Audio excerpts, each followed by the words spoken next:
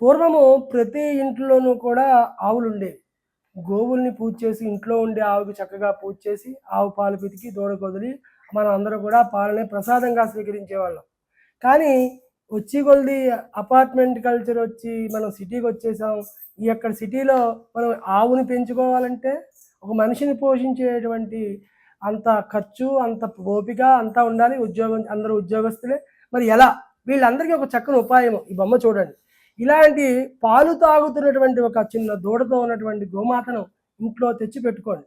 చక్కగా మీరు ఇలాంటి గోమాతను కనుక తెచ్చి పాలు తాగుతున్నటువంటి గోమాత కనుక తెచ్చుకొని మీ ఇంట్లో పెట్టుకుని మీ ఎదురుకుండా ఏదైనా మీరు జనాలు చూస్తుండగా మీ ఎదురుకుండా కనుక వచ్చి మీ ఇంటికి ఎవరైనా రాగానే దృష్టి ఆ గోవు మీద పడేలా చూసుకోండి.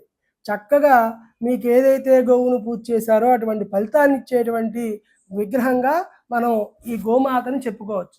కాబట్టి ప్రధానంగా ఎవరైనా పూర్వకాలంలో మీకు అందరికీ తెలుసు, మీరందరూ కూడా అలా పెరిగి ఇక్కడికి వచ్చిన వాళ్ళే. పూర్వకాలంలో ప్రతి ఇంటికి ఒక గోవు ఉండేది. ఇప్పుడు ఎలాగైతే మనం బర్రె పాలు తాగుతున్నాం, కానీ ఆవు పాలు తాగితే ఆరోగ్యానికి మంచిది, ఆలోచనలు మంచిగా ఉంటాయి. కానీ మరి ఇప్పుడున్న పరిస్థితుల్లో ఆవు పాలు దొరకడం, బర్రె పాలు దొరుకుతుంది, మంచి పాలు దొరకడమే కష్టంగా ఉన్న రోజుల్లో ఆవు పాలు ఎక్కడ దొరుకుతాయి? దొరికాయి.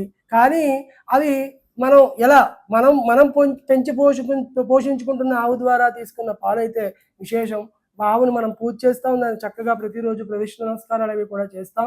మరి అటువంటి వాళ్ళందరూ కూడా ఏం చేయాలయ్యా, ఇలాంటి గోమాత విగ్రహాన్ని ఏదో ఒకటి చిన్నదో పెద్దదో తెచ్చి మీ ఇంట్లో కనుక పెట్టుకుని ఎవరైనా రాగానే దృష్టి ఈ విగ్రహం మీద పడేలా కనుక పెట్టుకోగలిగితే వారికి చక్కని ఫలితాన్ని కలగడానికి, నరదృష్టి పోవడానికి అవకాశం ఉన్నది.